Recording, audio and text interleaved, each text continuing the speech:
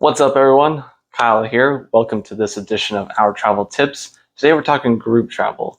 So, group travel can be a lot of fun. I've had a lot of great experiences doing group travel, but I think there's some important things to know when you are with a group to make your group trip that much better. So, one, I would say definitely get to know everyone in the group. Maybe you're traveling with your family, you already know everyone. That's awesome. Maybe you're going into a group trip where you don't know anyone. I've done a number of those, and it's fun just to meet people from around the world, from all over the country, whatever. And so it's really, I think, key to become friends with everyone in the group. You're probably gonna only spend maybe 2 weeks at the max together. So you want to all enjoy it as much as possible, and the best way to do that is just be friendly with everyone. And I think that's good for life as well.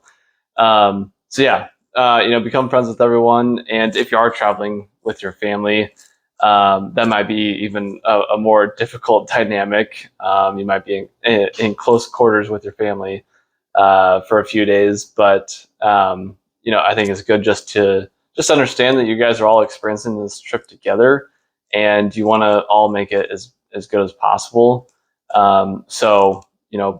Making sure that you're on good terms and making sure that you're not stepping on each other's toes. That's always a good thing to do. That would be my first tip there. If you want to have a good group trip, become friends with everyone in the group, even if it is your family as well. It'll make the trip better and not a whole disaster.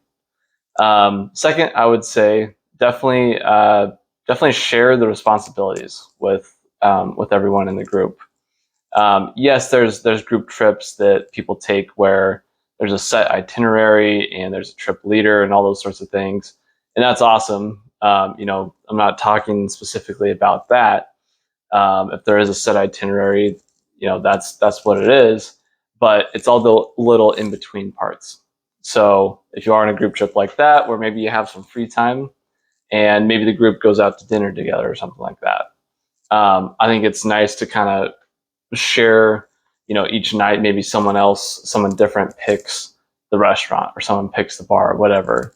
That way, I think everyone feels included in the trip. They feel like they're having their trip, and not someone else's trip, or not having to go do things that they don't necessarily want to do, sort of thing. So same thing, if you're traveling with family, traveling with people, sharing the responsibilities is good. I think of a road trip, stopping, deciding where you're going to stop to eat, deciding where you stop to drink, stop to stay, that sort of thing.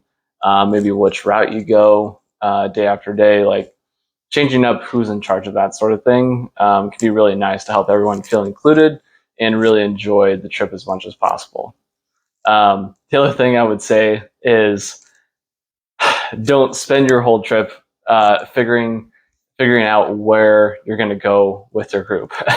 That is one of my biggest pet peeves of group travel, is that we spend so much time figuring out where we are going to eat, where we are going to go, what are we going to do, all these sorts of things. It drives me insane.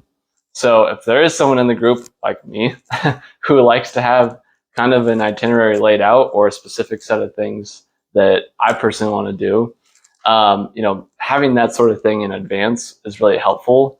And I think deciding in advance, hey, we're going to try to do this, this, and this. We'll try to eat somewhere right around this place because we're going to be around there, sort of thing. Maybe not necessarily picking specific restaurants or anything like that, but knowing kind of the general spot where you're going to be, eating in this case. So having a little bit of a plan in place for the group, so that you're not all trying to figure out and all having different ideas as you're traveling. That's going to waste so much time. I've dealt with it in the past. It drives me crazy. It's one of the reasons why I prefer to travel solo, because I just get to go wherever I want, whenever I want. sort of thing. I don't have to worry about, what does the group want to do? Can we even decide where we want to go? Can we even fit a group in to where we want to go? And that sort of thing. And on that note as well, um, having the foresight, I guess, to plan ahead. If you are a really large group, it's always really good to maybe call ahead to a museum, call ahead to a restaurant, that sort of thing, to let them know that there is a group coming in, because that can potentially cause some issues. They may not have tables, they may not have space for everyone at the place that you're going to. So it's good to kind of book that in advance if you have a really big group. It would suck to show up to a place and they say, hey, we can't accommodate all of you, and you're in some amazing destination and you can't go to this one place and you're probably never coming back. So you don't want that to happen. So being planning in advance, and allowing where you're going, where you're staying, allowing them to plan in advance too. That's always helpful. Those are some quick tips there. I could definitely share more. There's definitely more in my book as well. That's moving right along. So we'll see how that goes. But yeah, group trips are amazing. Some of my best trips have been with groups of strangers that I never even met until I was on the trip in another country. It can be a ton of fun to share those amazing experiences, those travel experiences with other people. That is one of the cons of solo travel, which I mentioned a few weeks ago, is not being able to share some of those things with others. So having a good group around you, really enjoying the moment together, I think that can be a ton of fun. And if you're accommodating, friendly, you're planning ahead a little bit with the group, I think it can be a really amazing trip and a ton of fun. So there's a few tips, guys. A few tips there. Go check out my other videos if you want to learn more about solo travel. I posted a video about that a few weeks back, so go check that out. And check out all the other content I got. The podcast. We got the From Around the World Fridays show. Another one coming up on Friday. And if you missed the Mount Rainier video I posted last week, definitely check that out. That was a ton of fun to film. That was a ton of fun to experience, and I think you guys will all enjoy it. If you're not from Washington, I think it'll maybe motivate you to come up to Washington and see all the amazing natural scenery that we have up here. And then one other thing I know I posted about it a few times, but we got the giveaway going right now. 3 lucky winners are going to win $20.